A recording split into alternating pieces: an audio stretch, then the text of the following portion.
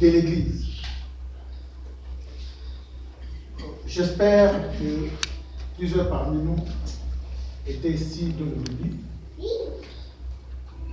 Nous avons commencé par le premier thème qui était la semaine dernière et nous avons parlé sur AG 2, 1 à 9. Mais la majorité des serviteurs et servantes qui ont passé ici, nous avons plus parlé sur AG 2, 9. Et sur AG 2, 9, on a parlé sur la gloire de cette dernière maison sera plus grande que celle la première. Et nous avons développé du début jusqu'à la fin. Et peut-être j'étais le dernier à intervenir pour ce thème. Dieu nous a révélé, parce que Agé c'était un prophète, mais Dieu nous a révélé que Agé ne parlait pas d'une maison matérielle, mais Agé parlait d'une maison spirituelle. Et dans cette maison spirituelle, Jésus lui-même s'est révélé sur cette maison devant les Juifs. Jésus s'est révélé qu'il est la maison que Agé a parlé. Parce qu'il a dit dans le livre des Jean que si vous détruisez cette maison, je les rebâtirai dans 3 jours. Et nous avons compris que Dieu a parlé de son corps, mais quels que soient les Juifs n'ont pas compris. Ils ont dit, mais comment nous avons construit ce temple durant 46 ans? Et quelqu'un, un enfant de Marie, un enfant de Joseph, un charpentier, peut dire qu'on peut détruire ce temple et lui, il peut le rebâtir dans 3 jours. On a parlé que même les disciples n'ont pas compris au moment où Jésus parlait. Mais Jésus ne parlait pas d'une maison matérielle, mais Jésus parlait de son corps. Et nous allons comprendre, si j'ai parlé de ça, j'ai fait une parenthèse. Nous sommes dans le temps de Pâques, semaine de la Pâques, où nous savons que au moment où Jésus parlait de ça, ce n'était pas plus longtemps, Jésus était crucifié. Jésus était crucifié, Jésus était mort. Mais Jésus a ressuscité. Le temple que Jésus a parlé, il va reconstruire dans 3 jours. Et c'est là où ses disciples ont compris que quand Marie était partie au sépulcre, et quand il a annoncé à ses disciples, Jean et Simon-Pierre ont couru. Et quand ils ont vu exactement que Jésus n'était pas là, parce que Jean n'est pas entré, c'est Pierre qui est entré. Jean était resté à la porte, il a vu que Jésus n'était pas là. Mais c'est Pierre qui est entré. L'homme de Dieu a déjà prêché cela. Et Pierre a vu le linge que les bandes de Jésus étaient bien classées, étaient là. Mais Jésus n'était pas là. Et c'est là qu'ils ont compris que Jésus nous parlait qu'il va mourir, mais il va ressusciter. Et ils ont compris le jour qu'il a dit aux Juifs que si vous détruisez ce temple, je le rebâtirai dans 3 jours. Mais Jésus s'est révélé, où Jésus s'est manifesté, et Jésus se vit devant ses disciples pendant sa résurrection. Mais Jésus ne portait plus ses habits et ses linges. On l'avait entouré. Nous savons que Jésus, on l'a dépouillé de ses habits. Et quand il est mort, on a mis des linges et des bandes. Mais on a trouvé les linges et les bandes de Jésus dans le sépulcre. Mais le jour où Jésus se vit devant ses disciples, Jésus était habillé. Nous savons que Jésus a porté une blouson propre et blanc, éclatant. Et où il a pris ses habits? Lui qui était dépouillé de ses habits. Où il a pris ses habits qu'il a portés? C'est lui. même pour faire croire à ses disciples, mon s'il te plaît, que c'est moi. Mais posons-nous la question, où a Jésus pris ses habits? Et ces habits-là étaient plus blancs que ces habits qu'il portait. Et c'est pour ça que c'était une parenthèse pour vous dire que nous sommes au temps de Pâques. Jésus a ressuscité parmi les morts. Et notre sous-thème d'aujourd'hui, c'était l'espérance de l'Église. Parce que Jésus, le jour où il a ressuscité, Jésus n'est pas resté éternellement sur la terre. Jésus a été enlevé. C'est notre sous-thème d'aujourd'hui. Jésus était enlevé. Jésus a amené tous ses disciples après avoir révélé devant ses disciples. Et Jésus était enlevé vers le ciel avec un corps nouveau, avec les habits nouvelles. Nous allons les lire dans le livre des Actes des Apôtres. 1, 10 à 11.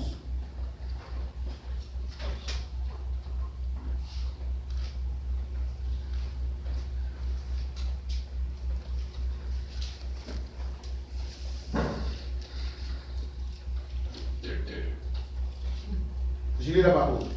Amen. Et comme ils avaient le regard fixé vers le ciel, pendant qu'ils s'en allaient, voici des hommes vêtus de blanc leur apparurent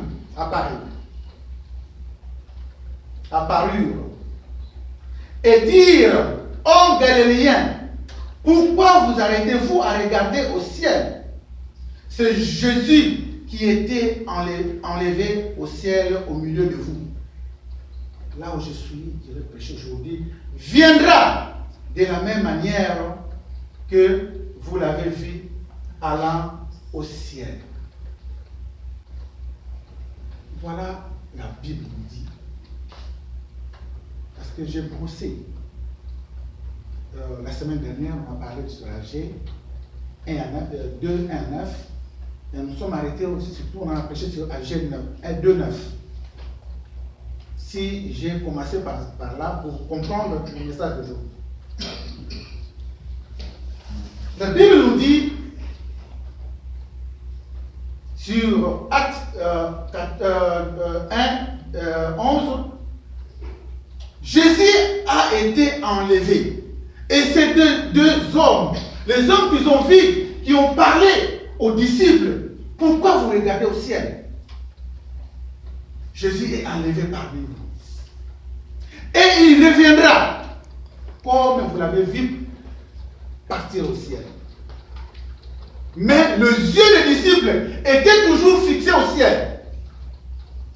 Mon frère, ma soeur, la Bible dit que nous sommes le temple de Dieu. Tous ceux qui sont ici. Si nous sommes ici, nous savons le but que nous sommes ici. Nous tous nous attendons le retour de Jésus-Christ. Comme nous sommes ici. Nous tous nous attendons le retour du Christ. Jésus reviendra. Il reviendra pour faire quoi? Pour venir nous prendre. Ceux qui marchent selon sa volonté. J'ai bien aimé la servante de Dieu qui a prêché hier. Nous a parlé de la sanctification. Maman Déborah sur la dossier sur la sanctification. Jésus reviendra parce que Jésus était enlevé.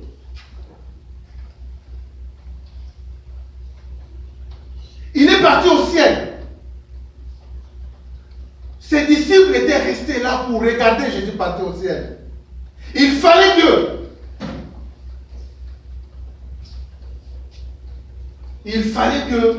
qu'on vienne leur dire que pourquoi vous regardez au ciel.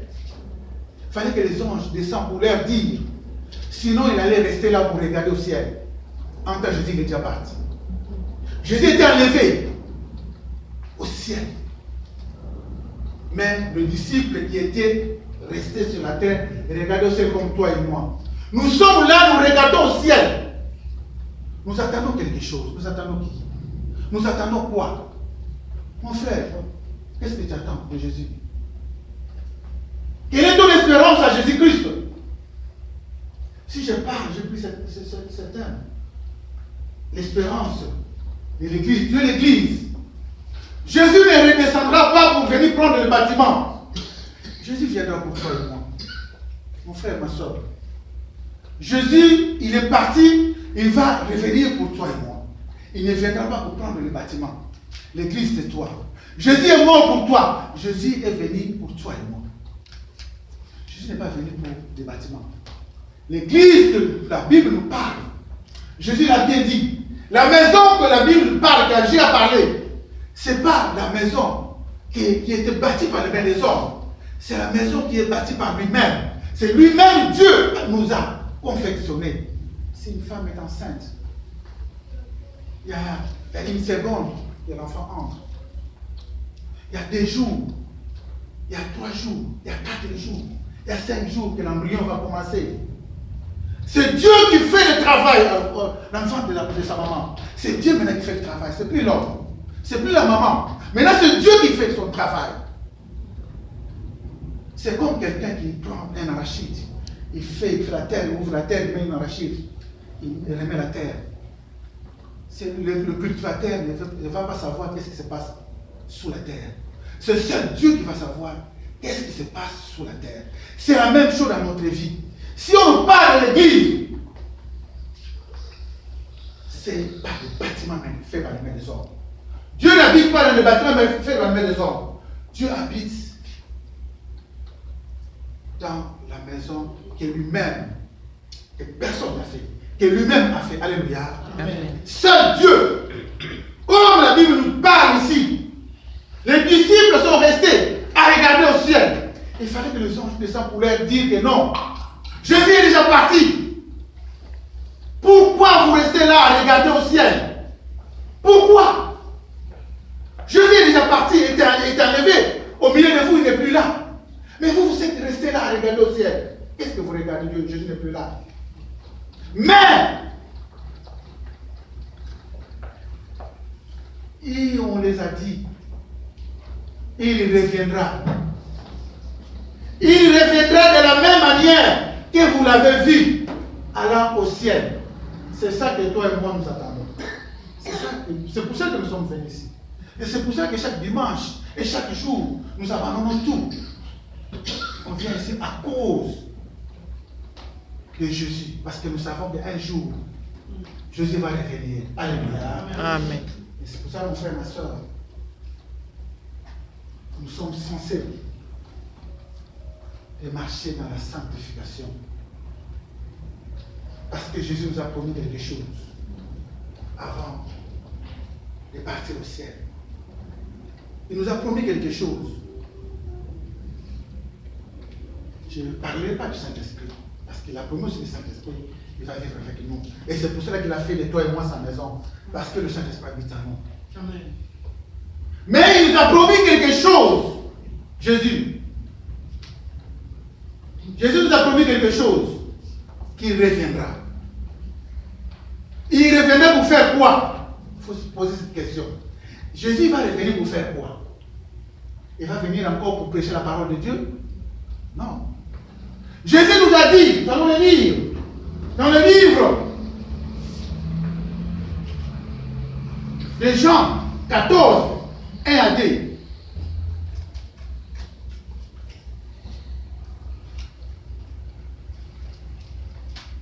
Jean 14, 1 à 2. Et, pardon, 2 à 3, pardon. Jean 14, 2 à 3. Je lis la parole. Amen. Il y a plusieurs demeures dans la maison de mon Père. Si cela n'était pas, je l'aurais dit, je vais vous préparer une place. Et lorsque je m'en serai allé et que je vous aurai préparé une place, je reviendrai et je vous prendrai avec moi, afin que là où je suis, vous y serez aussi. Voilà ce que Jésus va venir encore faire pour toi et moi. Il fallait qu'il parte. Parce que sa mission était terminée sur la terre. Nous étions rachetés, toi et moi, par son sang. Il a prêché la parole de Dieu. Mais il dit, il faut que je revienne encore. Parce qu'il nous a enseigné la parole. Il a déposé les dons aux gens, aux serviteurs de Dieu qui nous prêchent chaque jour la parole de Dieu. Parce que Jésus nous a déjà prêché. C'est aux hommes de Dieu que Jésus a donné ce don de nous prêcher maintenant la parole. Et cette parole, c'est ça qui va nous amener au ciel.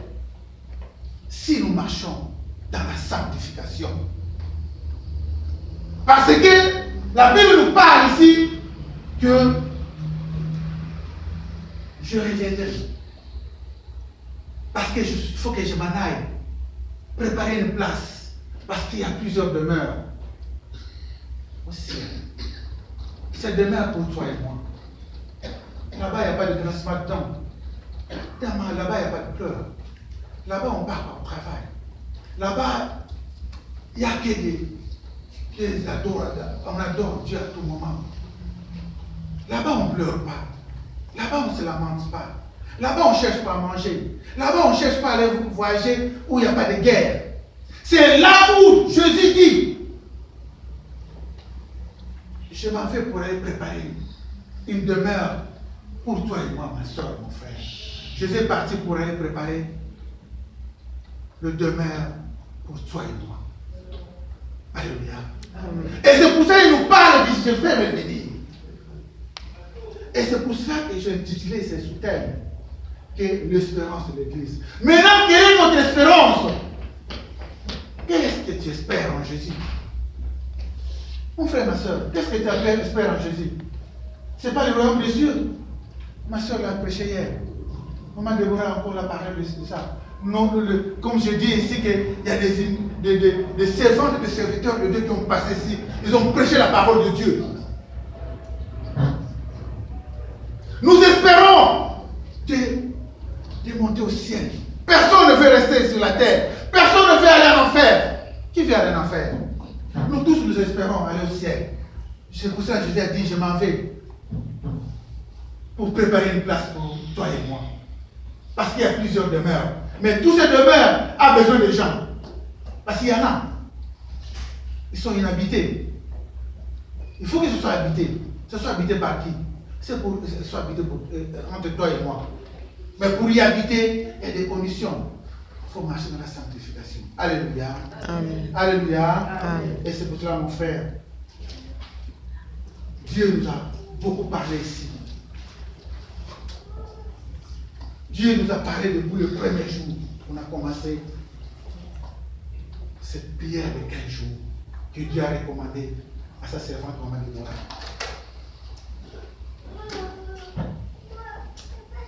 Nous allons lire dans le livre d'Hébreux 10.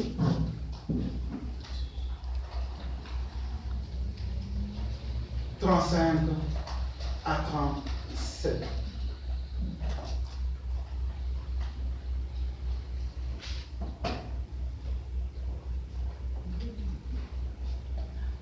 Je lis la parole.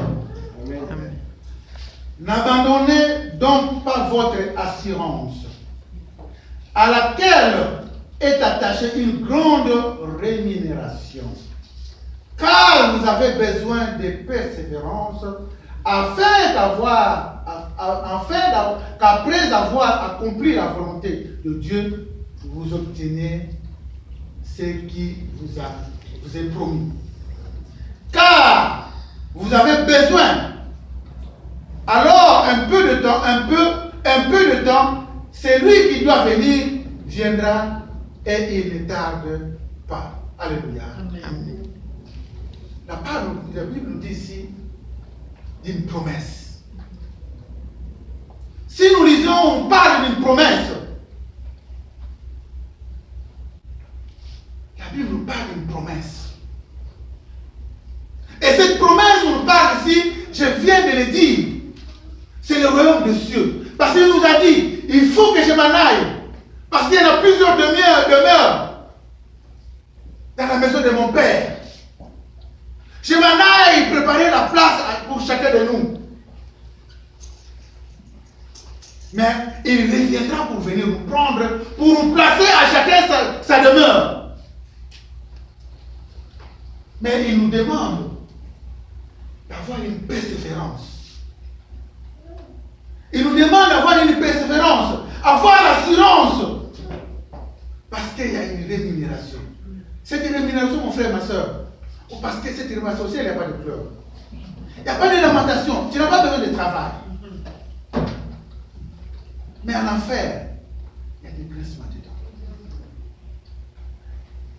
Cette rémunération, tu auras ta demeure à toi, au ciel, que Jésus va préparer. Il est parti pour préparer, pour toi et moi. Parce que depuis qu'on parle que Jésus revient, il y a des générations, il fait 2000 ans. N'oubliez pas ça.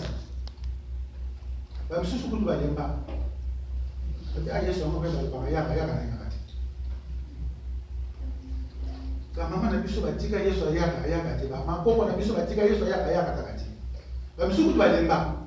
Il y en a beaucoup qui ont abandonné à cause manque de persévérance, manque d'espérance. Ils ne croient plus. La Bible, c'est depuis longtemps qu'on parle de ce Dieu-là, le retour de Jésus. On a chanté Azoya Lom Dayakati. Mais il nous dit encore un peu de temps, celui qui doit venir viendra. Et il ne tarde pas, il ne tardera pas. Et c'est pour ça, mon frère, ma soeur, notre espérance, si nous sommes ici, parce que nous tous nous attendons quelque chose. Nous attendons quelqu'un. Maman Déborah a parlé, quand il modérait ici, de l'époux. Tobala Yesu. Nous tous nous attendons Jésus.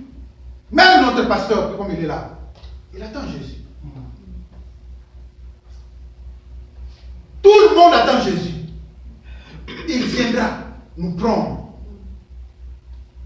Il viendra nous prendre, nous tous qui marchons selon sa volonté. Pas comme tantôt je l'avais dit, quand je prêchais la fois dernière. On nous dit que nous sommes la maison de Dieu, mais il y a d'autres corps qui sont les maisons de Satan. Il y a d'autres corps qui sont les maisons de Satan. Parce que c'est le Saint-Esprit qui habite en nous.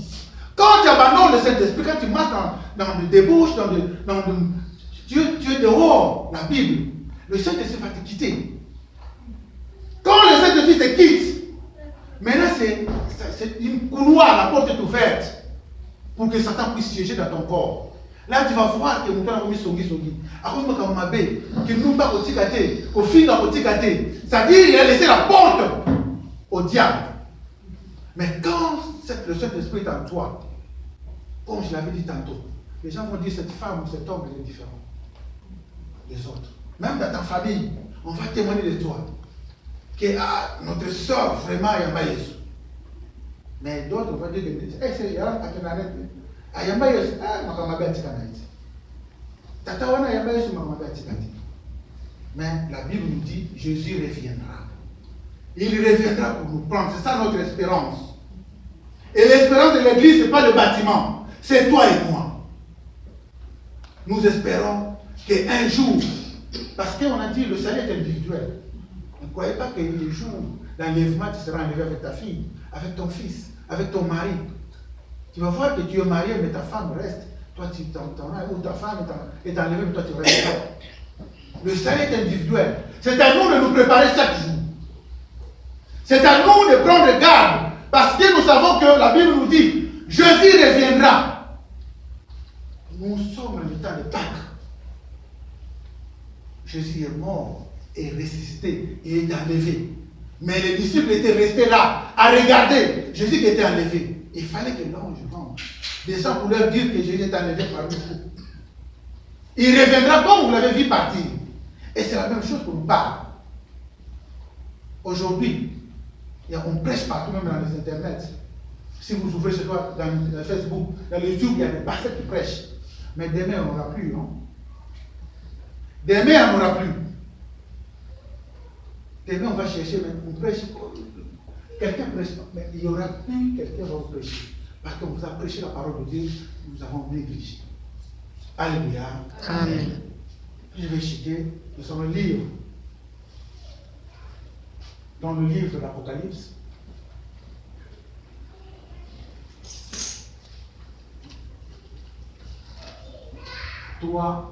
Verset 11.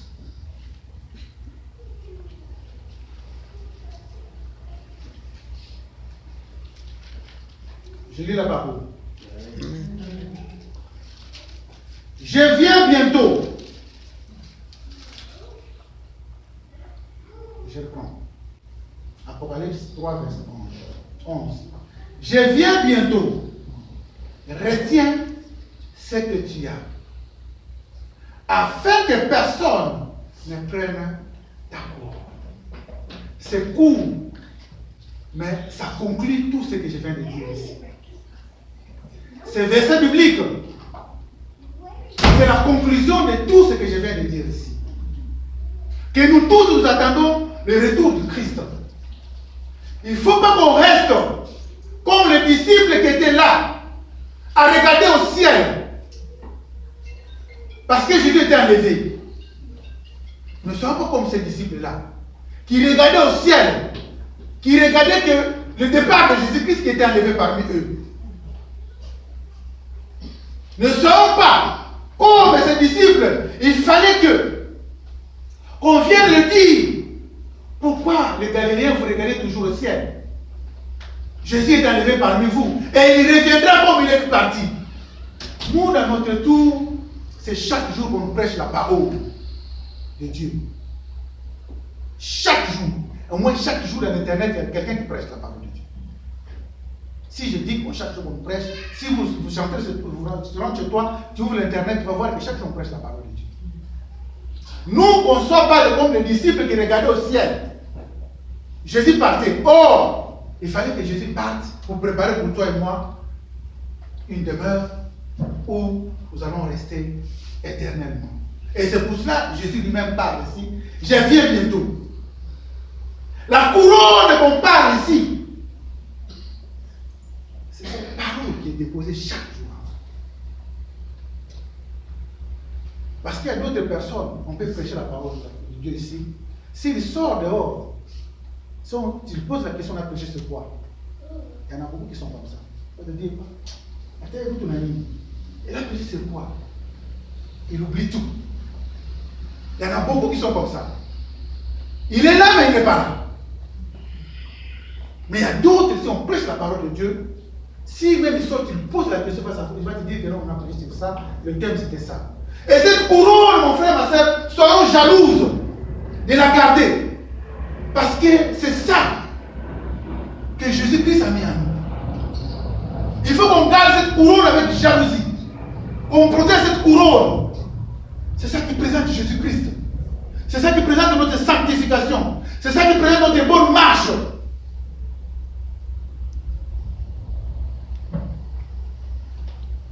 Nous ne sommes pas comme le dit folle qui ont veillé sur leur. Oui. Ne soyons pas comme les disciples qui regardaient au ciel quand Jésus était déjà parti. Mais veillons sur cette couronne. Et cette couronne que Dieu a mis en toi et moi. Cette couronne qui va nous amener au ciel. Parce que Jésus reviendra. Quel que soit le temps, Jésus reviendra. Amen. C'est pour cela que Paul a dit, la mort ne lui fait pas peur. La mort, Paul a dit, la mort c'est un gain pour lui. Et pourquoi, c'était une parenthèse, pourquoi Paul a parlé de ça? Que la mort c'est un gain. Nous sommes dans le roi. Mais Paul a dit la mort c'est un gain. Parce qu'il savait que s'il meurt aujourd'hui, il sera ressuscité avec Christ. Parce qu'il savait. Jésus a préparé déjà sa place. Jésus a préparé une place pour lui. Et pour lui, la mort c'est un gain. Il n'avait pas peur de mourir. Et c'est pour ça, mon frère, ma soeur, cette phrase, Apocalypse 3, verset 11, ça résume tout ce que je vais te dire. Je viens bientôt, c'est nous-mêmes qui l'a dit. Retiens ce que tu as. Qu'est-ce que tu as, mon frère, ma soeur? Qu'est-ce que tu as? Pose-toi la question. Qu'est-ce que j'ai en moi? Dites que j'ai Jésus en moi. Dites que j'ai Jésus en moi. J'ai Jésus en moi. Retiens ce que tu as, afin que personne te arrache cette couronne. Il y a d'autres femmes. Tu vas le voir. Ami pesa na nzambe. Et mon ami. Parce qu'il ne veut pas perdre sa couronne. Oh, Sozui, battez-la. Ils m'ont dit, il faut qu'il préserve ce que tu as. N'attends pas ce qui va venir demain. Peut-être que les acquis à Souba va passer qui. Et c'est pour ça, mon frère, ma soeur, que Dieu vous bénisse. Amen.